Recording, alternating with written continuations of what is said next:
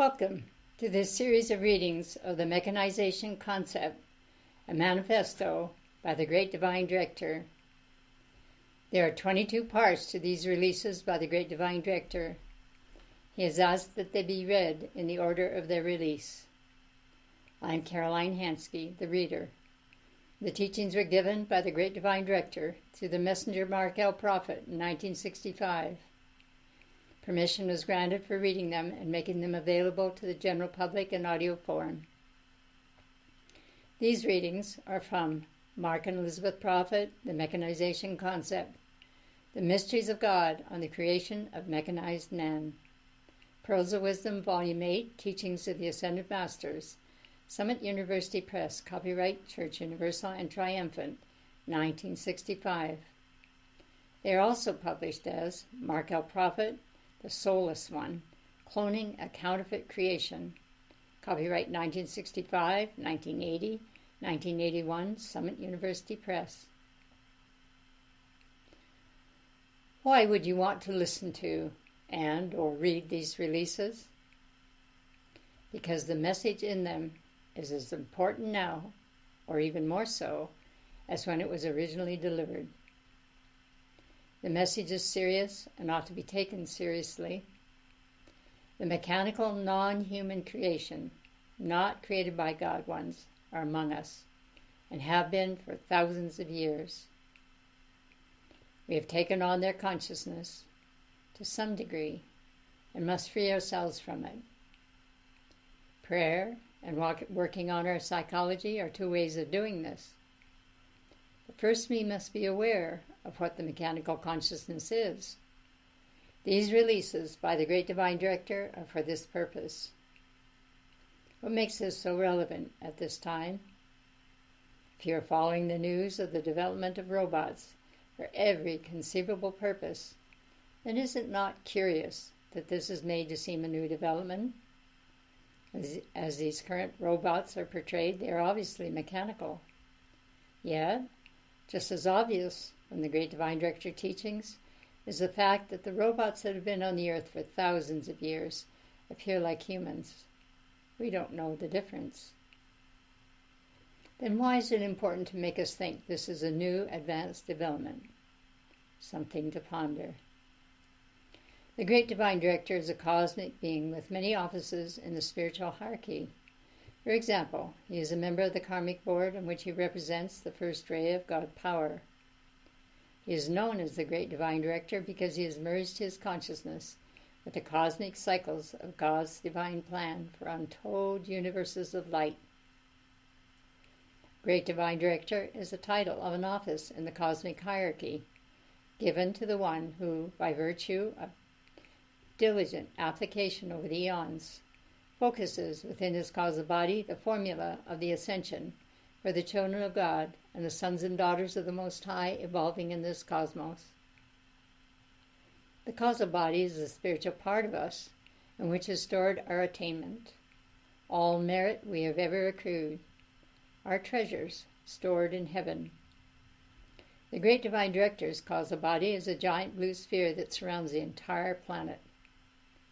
Thus his attainment of cosmic consciousness qualifies him to ensoul the flame of divine direction on behalf of Earth's evolutions and untold lifeways beyond. The Great Divine Director long ago passed those initiations that placed him at cosmic levels of service and qualified him to become the Manu of the seventh root race. A Manu embodies the archetype for an entire life wave of souls who will incarnate on Earth at a certain period, including the divine image and likeness out of which they are made and the pattern of their destiny. The seventh root race is destined to embody first in South America under the Great Divine Director, and so he presides spiritually over the continent of South America.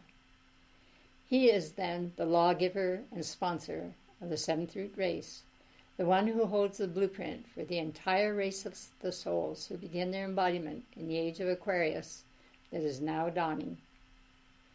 Godfrey Ray King, author of the book, The Magic Presence, describes the Great Divine Director in it. This majestic being stood fully 6 feet 4 inches in height, with wavy hair that fell to his shoulders and looked like sunshine on gold. His robes glittered with points of light like jewels that flashed continually with the tremendous radiance of the power held under his control and obedient to his conscious direction. The girdle encircling his waist was a mass of sapphires and diamonds. From it hung a panel to a few inches below the knees. This also was a mass of jewels. End of quote. The great divine director has said, I pray that you will call to me, for I have within my consciousness the scroll of the divine plan for every living soul on Terra and in the vast beyond.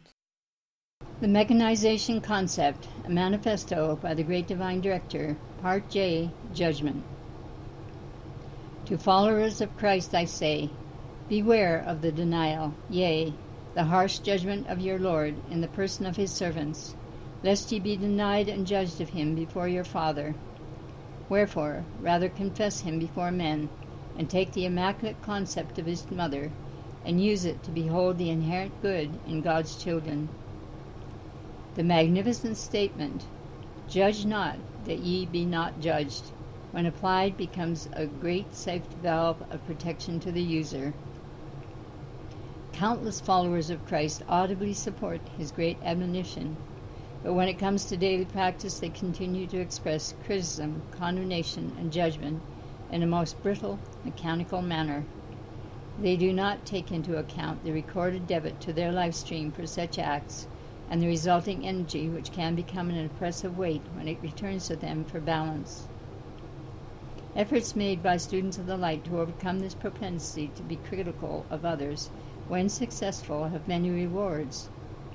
Thus the Ascended Masters have from time to time discussed this teaching, so that the students might gain perspective in the practical application of this great law. I cannot tell you how much the willful neglect of this law and the consequent wrong use of energy have hindered the seeker on the spiritual path. Many students know that some individuals in ignorance do not hesitate to criticize the Godhead and to impugn the motives of heaven. Be not surprised, then, if some will seem to take pleasure in unjustly criticizing or judging you. Remember that the Ascended Masters aim for the highest expression of blessing to mankind. Therefore our actions always pivot around light and cannot support the shadowed concepts of the mass mind, no matter how acceptable these concepts may seem to be. Saint Germain has tried for centuries to make all people aware of true freedom, yet to the present the recoil of their own error is experienced by those who affirm for themselves the freedom to act, while denying the same privilege to others. Mankind's double standard of judgment would be most unwelcome if those who practice it were to become the victims of this duplicity. Let it be known that wherever we establish a focus of great light, wherever there are true dedicated Chelas whose thoughts and actions are providing avenues of servants for the Ascended Masters, sinister arrows of negation derived from psychic levels are projected against these focuses to hinder the expression of truth and to deny mankind the full benefit of our intent to expand the flame of freedom. The mighty victory and his great service to life is continually poured out from the energies of his heart, the God-victorious flame of freedom. It is unfortunate that many take the energies of heaven and color them with human concepts and shallow attitudes. If the Ascended Masters were to manifest physically and to appear in human form to mankind, many of the very ones who claim to be our Chelas would totally reject us. Such as these admire us from afar as if peering at a distant star through a telescope of their own creation. But unknown to them, they could not take us in proximity. I understand this dichotomy, having functioned in your dimension, but I cannot condone any attitude that will not win you your freedom. The Master's statement, inasmuch as ye have done it unto one of the least of these my brethren, you have done it unto me, ought to be applied by all separatists who consider themselves our brethren and receive our messages, acknowledging the truth thereof, while denying our messengers who offer the physical vehicles through which we function. Mankind are prone to stereotype one another, and sometimes, when students do not personally know our messengers, they place them upon a pedestal of high spiritual attainment. When they later come in contact with these blessed ones and note that outwardly they have an appearance similar to their contemporaries, and perhaps no exterior posture which would serve to gild them with the image created, students sometimes devalue our representatives and shatter the towering image which they had held previously. Remember, the Roman legions required Judas's service in order to distinguish Jesus from his disciples in Gethsemane's garden. Not desiring to accept responsibility for their own fluctuating assessments, people have often transferred their disappointments and disaffections to those whom they once glorified, and subsequently cast down as broken idols when their own uses were not served. Let it be clear that it is not in the outer realm that men and women of goodwill ought to make value judgments concerning their fellow men. I think that I have no difficulty in distinguishing between the true and the false. Hence I can easily perceive the degree of spiritual radiance in all its glory pouring through their flesh forms. I think, however, that even presently I should cringe at the thought of being judged, and yet I am sure you realize this is not fear of man's criticism or opinion, but rather solicitude for the individual who is guilty of this error. You may wonder just how all this fits the mechanical dissertation which I am engaged in. In a very real sense, this discourse fits quite nicely. For mankind have developed a deep set of stereotyped and acceptable values which they carefully preserve, as in a closet, drawing them forth periodically and inserting these hard-backed cards into a stereopticon for recurrent viewing. Thus criticism has become a parlor game in which men amuse themselves at the expense of others, not realizing that by so doing they widen the moat that separates them from the great divine realities of life. Why review evil when you can amplify the power of good? Stereotyping has become very mechanical. Civilization finds it only too easy to assassinate the character and service of our best servants. We have noted in cosmic history that wherever we have established focuses for the freedom of man, the powers of intolerance have attempted malicious devaluation before men. This includes the circulation of partial truths, lies, and fabrications. And the struggling few, not always securely rooted in an understanding of the dangers in the battle of life, are sometimes unhorsed. Now I could tell you of a number of individuals who have received great healings and blessings to almost defy description through the radiant word delivered by our messengers. Some of these individuals have been released from what we may term astral states so fearsome as to be more awesome than the descriptions in Dante's Inferno. Yet when some of our most precious channels were under vicious attack from the forces of darkness, some of our modern disciples that did those in the time of Jesus have in effect denied their Lord by desiring anonymity before men. These would not stand up and be counted on the side of righteousness and truth for fear of earthly censure. Let me remind you here and now of the Master's statement, "Whosoever shall deny me before men, him will I also deny before my Father." You do not think, precious ones, that this was a threat made by the Christ? Nay, rather was it a statement of the great law itself. At times the law may seem to be almost mechanically harsh, yet I assure you it is not. For as the sweetest promises of God, the mighty law stands to protect the sole interests of the obedient, and to garner from the opportunities daily afforded them a greater measure of service and benign karmic credit, because they have determined to retain the immaculate concept of man, sustained in the image of his Creator, in all they do, say, or think. Now, examining the statements of Christ still further, you will note that he also said that those who would confess him before men, he would confess before the Father. Confession of Christ, then, is the use of his immaculate eyes in beholding the inherent good in God's children. Mother Mary specifically trained Jesus from childhood on in the sacred visualization of good for every part of life. The seemingly innocent practice of holding wrong concepts about others, of judging others, of assessing their level of attainment or possibility, is all a part of vain competition and results in grave misunderstandings. You see, when the hidden hungers of the soul for advancement remain unsatisfied, they sometimes burst out as unbalanced energy, which takes the form of gossip, and the downgrading of others as a substitute for inner God security. It is most unfortunate that this battle of the human psyche is carried over into the science of religion, for men expect perfection in their religion and its followers. Herein lies the very subtle activities of the brothers of the shadow, who seek to impugn the pure in heart by drawing down the pall of ignorance, confusion, and questioning about the person and character of another. Some of this is like taking out old photo albums and prints reflecting earlier immaturities and showing these snapshots or snap judgments in others and saying, "See how they really are." While the great divine opportunity called life moves onward, men attempt to methodically yet mechanically thwart the progress of another soul, and by the law of returning karma do but hinder their own progress. Let go, precious ones, for all time, of this seemingly innocent but deadly game. Those who will may practice it, but they will reap the full results of their acts.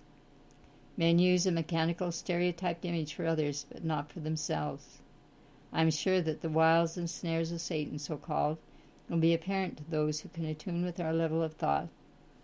We would institute for mankind a new era of freedom from this practice that will encourage the use of the immaculate concept.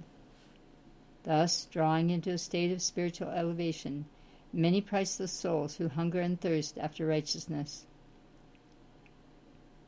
Let them be filled, then, with the germinal realities of life that will bear spiritual fruit.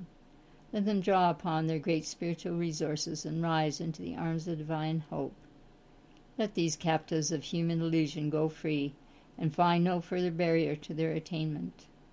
Let the blot upon the honor of spiritual organizations cast by these evil practitioners be heeded no more, and let it be replaced with the shield of faith in the integrity of the creation of all, who, by beholding his creation, saw that it was very good. Many of the statements I am making may seem simple, but they hold the sacred keys to your freedom, precious ones. I have in readiness revelations far up the ladder of soul advancement, and I am awaiting the opportune moment to release them. But the great gap in achievement for all organizations seems to be in the clouds that obscure, at the personal level, the summits of Olympian heights, the great snow-crowned peaks of godly virtue and benevolence, which should rightfully be the inheritance of every aspirant. With what measure ye meet, it shall be measured to you again. Why will men then presume that the deity desires to mete out evil to any? Is it not clearly recorded, "I have no pleasure in the death of the wicked"? Then height, nor depth, nor things present, nor things to come, nor any creature shall be able to separate man from the love of God, which is in Christ, the light of the world. Precious ones, your ascension is not always achieved in one dramatic moment, wherein the form is transfigured and you rise into the arms of God. Attainment is often a matter of conscious practice of daily entering into the heart of the Father and thinking his thoughts, dreaming his dreams of benevolence, partaking of his life, and breaking the bread of his holy covenant with your brethren, so that their hearts may also burn with them, as the disciples experienced upon the way to Emmaus. Charity begins at home, and therefore I say to all, let us by grace develop the acme of cosmic virtue in all, as we discard mechanical ignorance. Lovingly I am, the great divine director.